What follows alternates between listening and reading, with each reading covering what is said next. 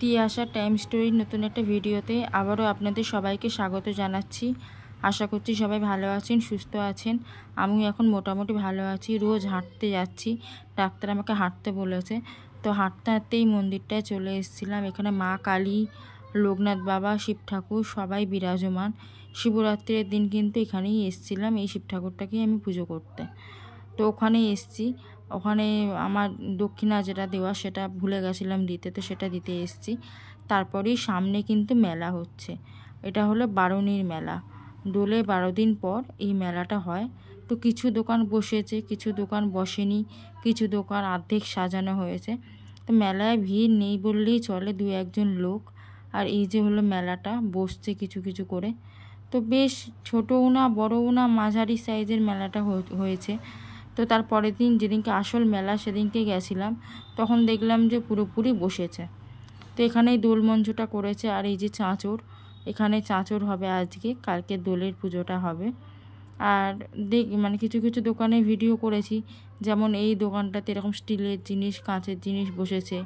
তারপরে এদিকে পাপড়ি chaat, cold drinks, এদিকে ট্রে, তারপরে কাঁচের গ্লাস, যেগুলো যেমন বসে মেলায় সেই সব কিছু বসেছে। মোটামুটি দেখে এলাম। তো কিছু আর কেনাকাটা করিনি, জানি কালকে মা আর মাসির সাথে যাব, তখন যা যা ভালো লাগবে সেগুলো কিনবো। তো সেই জন্য আর কিছু কেনাকাটা করিনি। আর লোকজনও আসছে 2-1টা করে। আর সেরকম দোকান বসেনি বলে সেরকম আর ভিডিও টিডিও কিছু করিনি। আর এই রাস্তা দিয়ে বাড়ি ফিরতে হচ্ছে। এই সব দোকানগুলো বন্ধ, এগুলো সব কালকে ঘুরবে। আর এখানে জিলিপির দোকানের কাকিমাটা ডাকছিল, বলছে এসে নিয়ে যাও। আমি বললাম কাল মা আসবে, মা এলে মার সাথে নেব। তো নিয়েও ছিলাম জিলিপি পরের দিনকে। আমি জিলিপি নিইনি, আমি গজা নিয়েছিলাম, মাসি জিলিপি নিয়েছিল। তো যাই হোক, এই যে দোকান বসে আছে। আর এই যে রাস্তাটা, এই রাস্তাটায় কিন্তু আগে কিন্তু অনেক বড় এই মেলাটা হতো। তখন স্পেসও ছিল অনেক, অনেক বড় করে মেলাটা হতো। এখন কিন্তু অত বড় করে মেলা হয় না, মোটামুটি একটা মেলা হয়। আর এখানে এই বাবুই পাখির বাসাটা আমার ভীষণ ভালো লেগেছিল, ভেবেছিলাম নেব। তারপর দেখলাম যে লাইট জ্বালা সিস্টেম, সেই জন্য আর নিইনি আমি, কারণ শুধু থাকলে তাহলে নিতাম। তো এই হলো মেলার মোটামুটি একটা, মানে কি বলবো, বসেছে।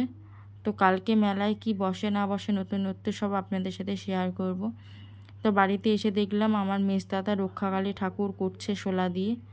তো সেটাই দেখছিলাম আর কি, কি সুন্দর করেছে। আপনারা দেখুন, হাতের কাজ যে মানুষের এত ভালো হতে পারে সত্যিই জানা ছিল না। এখানে রক্ষাকালী করেছে, শিব ঠাকুরের ওপর দাঁড়িয়ে আছে। তো এটা একটা ফাংশান হবে, সেই জন্য করেছে। তো আজকে ভিডিওটা এটুকুই। দেখা হবে খুব তাড়াতাড়ি পরের একটা ভিডিওতে। ততক্ষণের জন্য সবাই ভালো থাকবেন, সুস্থ থাকবেন, আর আমার সাথে থাকবেন। তো এই ভিডিওটা আমার ভাইপো করেছে।